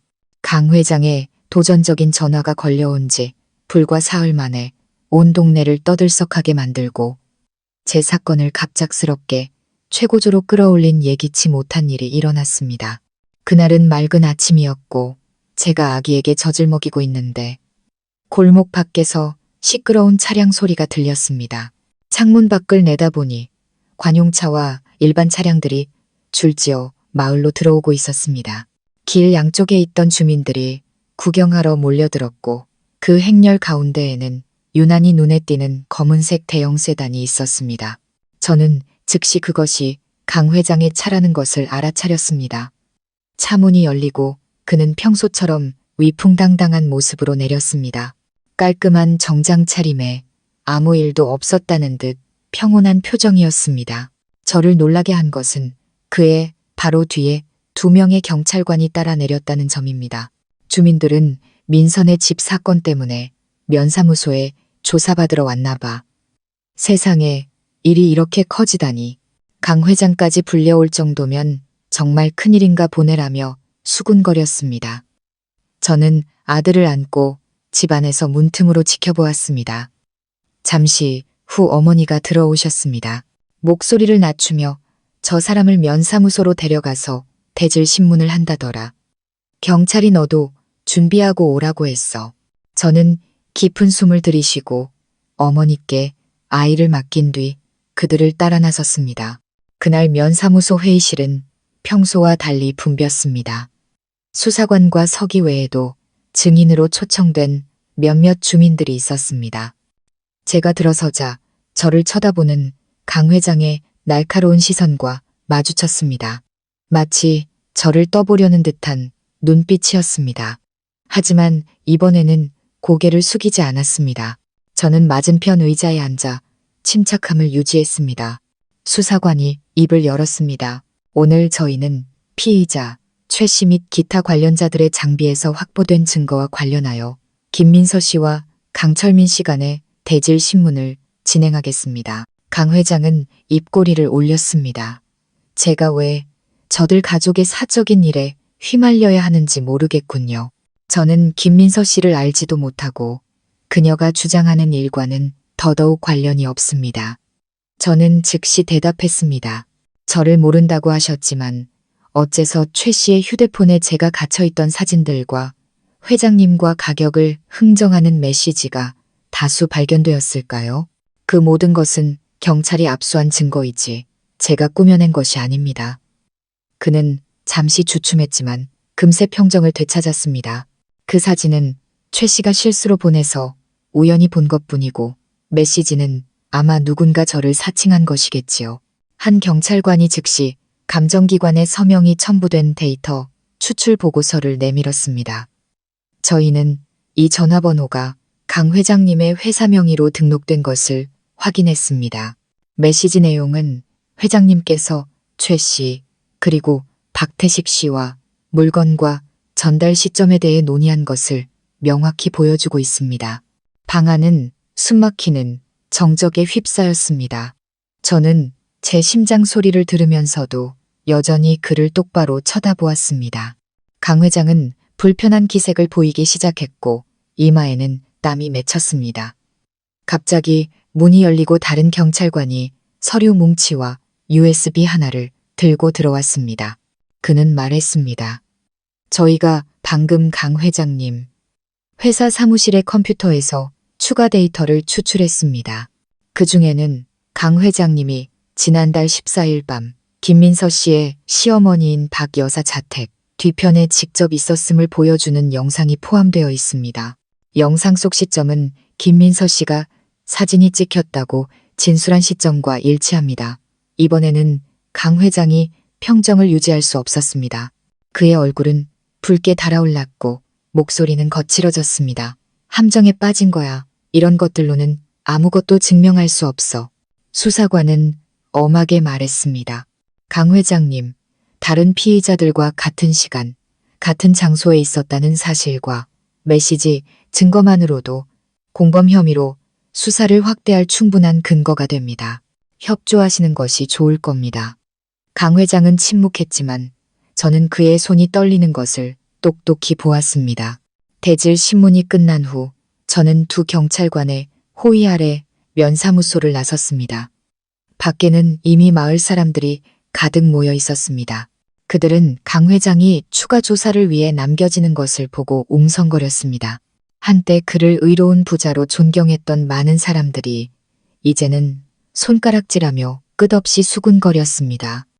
그날 밤 어머니는 손주를 재우며 말씀하셨습니다. 오늘 온 동네가 내 시댁 망했다고 떠들썩하더라. 강 회장까지 끌려 내려오면 다른 사람들도 못 빠져나갈 거야. 저는 그 말을 들으며 마음이 무거웠습니다. 정의가 다가오는 기쁨과 함께 걱정이 교차했습니다. 강 회장처럼 권력 있는 자가 막다른 길에 몰리면 가만히 있지 않을 것을 알았기 때문입니다. 예상대로 이틀도 채 지나지 않아 저는 직접 전달된 편지, 봉투 하나를 받았습니다. 안에는 짧은 쪽지 한 장이 들어 있었습니다. 내 아이를 잃고 싶지 않다면 모든 진술을 철회해라. 서명은 없었지만 누가 보냈는지는 너무나 명확했습니다. 저는 편지를 경찰에 제출했고 그들은 즉시 집 주변에 경비를 강화했습니다. 하지만 저는 이것이 새로운 반격의 시작에 불과하다는 것을 마음속으로 알고 있었습니다.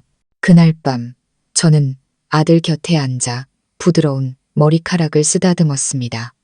마음속으로 맹세가 울려 퍼졌습니다. 그들이 어떤 방법을 쓰더라도 엄마는 절대 물러서지 않을 거야. 네가 바로 엄마가 끝까지 싸우는 이유니까. 저는 불과 며칠 뒤 예기치 못한 사건이 이 일을 더 이상 숨길 수 없게 만들고 더러운 음모부터 배후에 있는 자들까지 모든 진실을 비달에 드러낼 것이라고는 상상도 하지 못했습니다. 대질 신문이 쓴 지 불과 나흘 만에 온 마을에 벼락 같은 소식이 퍼졌습니다. 소셜미디어에 약 10분 길이의 영상이 올라온 것입니다. 영상에는 제가 임신한 채 갇혀있던 바로 그 시점에 강 회장이 삼촌 최 씨와 함께 박 여사 집 뒤편에 있는 모습이 담겨 있었습니다. 영상은 어두웠지만 각자의 얼굴, 웃고 떠들며 모의하는 목소리, 그리고 이 자세로 찍어라, 저 각도에서 찍어라라고 지시하는 말까지 선명하게 들렸습니다. 저는 휴대폰 화면을 보며 심장이 미친 듯이 뛰었고 분노와 소름이 동시에 밀려왔습니다. 창고 안에서 배를 감싸 안고 웅크리고 앉아있는 제 모습이 그들의 카메라에 담겨 마치 칼날이 심장을 찌르는 듯 선명하게 나타났습니다. 소식은 불길처럼 번져나갔고 마을 사람들은 영상을 돌려보며 시끄럽게 떠들어댔습니다. 어떤 이는 경악했고 어떤 이는 분노했지만 어떤 이는 그저 재미있는 구경거리로 여길 뿐이었습니다. 어머니는 즉시 수사관에게 전화를 걸었고 몇 시간 후 경찰이 와서 영상 유포 장비를 압수했습니다. 그들은 영상이 익명의 계정에서 전송되었지만 데이터를 기반으로 볼 때 일당 중 한 명이 손을 씻거나 복수하기 위해 올린 것으로 의심된다고 말했습니다. 그날 오후 저는 추가 진술을 위해 경찰서에 불려갔습니다. 그곳에서 그들은 이 영상이 강 회장과 공범들의 현장, 존재와 그들의 명확한 목적을 증명하는 매우 중요한 증거라고 말했습니다. 제가 조사실을 나설 때 우연히 대기 의자에 앉아있는 준호 씨와 마주쳤습니다. 그는 그 어느 때보다 초췌해 보였고 눈빛은 공허했습니다. 저를 본 준호 씨가 일어나 다가와 낮은 목소리로 말했습니다. 민서 씨, 모든 걸 되돌릴 수 없다는 거 알아요. 하지만 한 가지 말하고 싶은 게 있어요. 저는 당신에게 손댄 적도 그 일에 참여한 적도 저는 그의 말을 잘랐습니다. 당신은 그저 침묵했고 모든 일이 일어나도록 내버려 뒀을 뿐이죠. 준호 씨는 고개를 숙이고 아무 대답도 하지 못했습니다. 저는 더 이상 듣고 싶지 않아 돌아섰습니다. 이 시점에서 모든 변명은 무의미했기 때문입니다. 집에 돌아오니 앞마당에는 이미 많은 사람들이 모여 수군거리고 있었습니다. 몇몇 아주머니들이 저를 붙잡고 작게 말했습니다. 아가씨, 이제야 사람들이 당신이 억울했다는 걸 믿네. 안 됐어. 하지만 그 사람들 너무 악독하니 조심해야 해. 저는 고개를 끄덕여 감사 인사를 하고 서둘러 아들을 안고 집으로 들어갔습니다. 문을 닫았지만 웅성거리는 소리는 여전히 귓가에 맴돌았습니다. 저는 이 동정심이 잠시뿐일 수 있으며 이전에 퍼졌던 악의적인 소문의 여우는 오랫동안 저를 따라다닐 것이라는 것을 알았습니다. 그날 저녁 경찰서에서 전화가 와 강 회장을 구속 수사하기로 결정했다고 통보했습니다. 저는 그 말을 듣고 안도감과 긴장감을 동시에 느꼈습니다. 안도한 것은 마침내 가장 권력 있는 자도 피의자 신세가 되었다는 점 때문이었고, 긴장한 것은 막다른 길에 몰린 그가 어떤 수단을 써서든 반격할 것이라는 점 때문이었습니다. 예상대로 다음날 아침 한 지역 신문 사이트에 며느리의 시댁 고발 사건, 그 뒤에 숨겨진 진실이라는 제목의 장문의 기사가 올라왔습니다. 그 기사는 의도적으로 사건을 왜곡하여 제가 자발적으로 시댁에 머물렀고 여러 남자와 부적절한 관계를 맺었으며 DNA 검사 결과도 확실하지 않다고 주장했습니다. 어머니는 기사를 읽고 분노로 몸을 떠셨습니다. 이것들이 당신 명예를 훼손하려고 비열한 수작을 부리는 거야. 하지만 걱정 마라. 살이 분별할 줄 아는 사람은 믿지 않을 테니 저는 입술을 깨물고 애써 평정을 유지했습니다. 저는 이것이 피해자를 비방하여 진술의 신뢰도를 떨어뜨리려는 흔한 수법이라는 것을 알았지만 이번에는 제가 혼자가 아니었습니다. 경찰은 충분한 증거를 확보했고 법이 저의 방패가 되어줄 것이었습니다. 그날 오후 저는 수사기관으로부터 핵심 증인인 최 씨가 감형을 받기 위해 협조하기로 결정했다는 소식을 들었습니다. 그는 강 회장이 돈을 대고 삼촌이 저를 준비시키고 시어머니와 준호 씨가 은폐한 전 과정을 상세히 진술했습니다. 이 진술은 메시지와 영상에서 확보된 증거와 완벽하게 일치했습니다. 저는 진술 요약본을 들으며 등골이 오싹해졌습니다. 마치 기억 속에 어두운 조각들이 빛 아래로 끌려 나오는 것 같았습니다. 고통스러웠지만 해방감이 들었습니다. 저녁에 저는 아들을 오랫동안 껴안았습니다. 아이의 맑은 눈을 보며 저는 다짐했습니다. 엄마는 여기까지 왔어. 남은 길도 끝까지 갈 거야. 네가 자랐을 때 엄마의 과거 때문에 부끄러워하지 않고 당당하게 고개 들 수 있도록. 다음 날 저는 이 사건이 불법 감금, 인격 모독, 그리고 불법 촬영물, 유포 및 판매 등 여러 죄목으로 기소될 충분한 요건을 갖추었다는 통보를 받았습니다. 그 단어들을 듣자 오랫동안 짓누르던 돌덩이가 내려앉는 것처럼 가슴이 한결 가벼워졌습니다. 하지만 저는 여기서부터 재판까지 아직 많은 과정이 남아있다는 것을 알았습니다. 시댁은 분명히 가만히 있지 않을 것이고 강 회장은 구속되었더라도 바깥에 수족들이 있을 것이었습니다. 그날 밤 어머니께서 말씀하셨습니다. 민서야, 네가 아무리 강해도 아직 어린아이가 있다는 걸 잊지 마라. 모든 걸음을 신중히 해야 해. 하지만 엄마는 이번에는 정의가 우리 편에 설 것이라고 믿는다. 저는 어머니를 보고 곤히 잠든 아들을 보았습니다. 마음속에 감사함과 결단력이 차올랐습니다. 저는 마지막 여정이 바로 눈앞에 있으며 굳건히 나아가야 한다는 것을 알았습니다. 저는 곧 있을 재판이 이 이야기를 끝낼 뿐만 아니라 마지막 비밀 하나를 더 드러낼 것이라고는 상상도 하지 못했습니다. 그 비밀은 그 자리에 있던 모든 사람을 할 말을 잃게 만들 것이었습니다. 재판이 열리는 날, 동이 트자마자 수많은 사람들이 법원 앞에 모여들었습니다.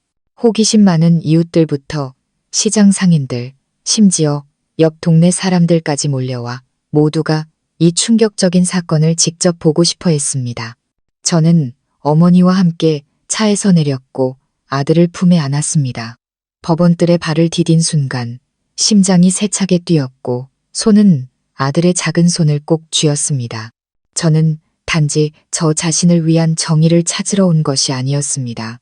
여성의 생명과 명예를 하찮게 여겼던 모든 이들이 대가를 치르게 하기 위해 이곳에 왔습니다. 법정은 사람들로 가득 찼습니다. 피고인석에는 박 여사가 고개를 숙인 채 앉아 있었고 그 얼굴은 예전의 날카로운 모습과 달리 her숙했습니다. 준호 씨는 옆에서 멍한 눈으로 앉아 있었고 삼촌은 제 시선을 피하려 애썼습니다. 강 회장은 마지막으로 들어왔는데 여전히 정장을 입고 있었지만 예전의 위풍당당함은 사라지고 등이 약간 굽은 무거운 모습이었습니다. 재판이 시작되었습니다. 검사는 긴 공소장을 읽어 내려갔습니다. 각 피고인의 범죄 행위가 상세히 나열되었습니다. 결혼을 덫으로 계획한 것부터 저를 창고에 감금한 것, 그리고 몰래 사진과 영상을 촬영하고 거래한 것까지 한 문장, 한 단어가 법정 안을 무겁게 짓누르는 망치 소리처럼 울려 퍼졌습니다. 신문을 받을 때 박 여사는 단지 며느리를 훈육하려 했을 뿐 삼촌과 강 회장이 한 일은 몰랐다고 부인했습니다. 하지만 검사는 즉시 그녀가 삼촌과 주고받은 메시지 내용을 증거로 제시했습니다. 거기에는 들키지 않게 조심해라, 제 도망가지 못하게 강 회장이 땅 문제랑 준호 일자리까지 해결해 주기로 약속했다는 내용이 담겨 있었습니다. 그녀는 얼굴이 새하얗게 질려 의자에 주저앉았습니다.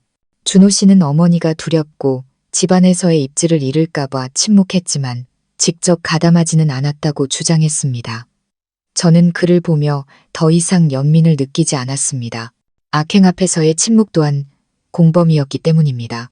강 회장의 차례가 되자 그는 여전히 자신은 박 여사 집에 잠시 들렀을 뿐 안에서 무슨 일이 있었는지는 모른다고 주장했습니다. 하지만 검사는 소셜미디어에 퍼졌던 영상을 화면에 띄울 것을 요청했습니다. 영상은 흐릿했지만 그가 카메라를 들고 각도를 지시하며 촬영하는 모습은 충분히 알아볼 수 있었습니다. 법정은 술렁였고 곳곳에서 웅성거리는 소리가 터져나왔습니다. 강 회장은 입을 다물었고 땀이 비 오듯 쏟아졌습니다. 그때 예기치 못한 상황이 벌어졌습니다. 핵심 증인인 최 씨가 증인석에 섰습니다. 그는 이미 공개된 사실 외에 아무도 몰랐던 세부 사항을 털어놓았습니다. 그날 밤 촬영이 끝난 후 강 회장은 최 씨에게 나중에 더 비싼 값에 거래할 수 있으니 원본을 보관하라고 지시했습니다. 더 충격적인 것은 최 씨가 강 회장과 삼촌의 대화를 몰래 녹음했는데 그 내용에는 제가 도망치려 할 경우 어떻게 처리할지에 대한 논의가 담겨 있었다는 점입니다. 녹음 파일이 재생되자 강 회장의 목소리가 선명하게 울려 퍼졌습니다. 만약 제가 도망가면 겁을 줘서라도 막아. 최악의 경우 말을 듣지 않으면 저 어린 것이 무사하지 못할 거라고 해. 그 말에 등골이 오싹해졌습니다. 법정 안에 많은 사람들이 눈을 동그랗게 떴고 어떤 이들은 연민의 눈으로 저를 쳐다보았습니다. 어머니는 제 옆에 앉아 제 손 위에 손을 얹어 힘을 주셨습니다. 저는 고개를 들어 재판부를 똑바로 쳐다보며 말했습니다. 저는 어떤 금전적인 보상도 원하지 않습니다. 그저 재판부께서 죄 지은 사람에게 합당한 벌을 내려주시길 바랍니다. 그래서 다시는 저와 같은 상황에 처하는 여성이 없도록 말입니다. 재판은 오전 내내 계속되었습니다. 판결을 기다리는 동안 법정은 숨막히는 정적에 휩싸였습니다. 마침내 판결이 선고되었습니다.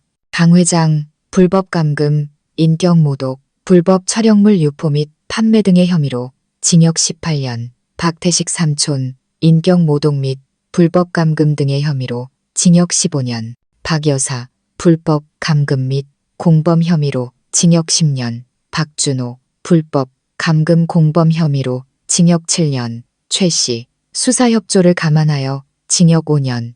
판결을 듣자 제 눈시울이 붉어졌습니다. 극도의 기쁨 때문이 아니라 마침내 어깨를 짓누르던 무거운 짐을 내려놓았기 때문이었습니다. 수개월간의 굴욕과 두려움이 이제 정의의 이름으로 응답받은 것입니다. 법정을 나설 때 많은 주민들이 제게 다가왔습니다. 어떤 이는 손을 잡아주었고 어떤 이는 조용히 고개를 끄덕여 주었습니다. 여전히 호기심 어린 시선들이 있었지만 이해와 존중의 눈빛도 있었습니다. 집에 돌아와 저는 아들을 안고 툇마루에 앉아 저녁바람이 아이의 뺨을 스치게 했습니다. 어머니는 곁에 앉아 조용히 말씀하셨습니다. 네가 해냈구나. 아무나 할 수 있는 용기가 아니었어. 이제는 평안하게 아이 잘 키우며 살자. 저는 어머니를 보고 아들을 보았습니다. 마음속에는 오랫동안 잊고 지냈던 평온함이 차올랐습니다. 상처는 남을 것이고 고통스러운 기억은 사라지지 않겠지만 저는 포기하지 않았고 제 아들에게 새로운 시작을 선물했다는 것을 알았습니다. 더 이상 두려움의 그림자가 없는 시작을 말입니다. 그날 밤 저는 아들을 침대에 눕히고 조용히 속삭였습니다. 아가, 엄마는 네가 더 공정한 세상에서 잘할 수 있도록 최선을 다해 싸웠단다. 나중에 네가 커서 그 누구도 다른 사람의 존엄성을 짓밟을 권리가 없다는 걸 이해해주면 좋겠어. 그리고 만약 언젠가 부당함을 마주하게 된다면 엄마가 그랬던 것처럼 용감하게 맞서주렴. 밖에서는 늦어른 매미 소리가 울려 퍼졌습니다. 저는 문을 닫으며 제 인생의 가장 어두웠던 장을 함께 닫는 것 같았습니다. 그리고 엄마와 아들, 그리고 평화로운 날들만이 기다리는 새로운 문을 열었습니다.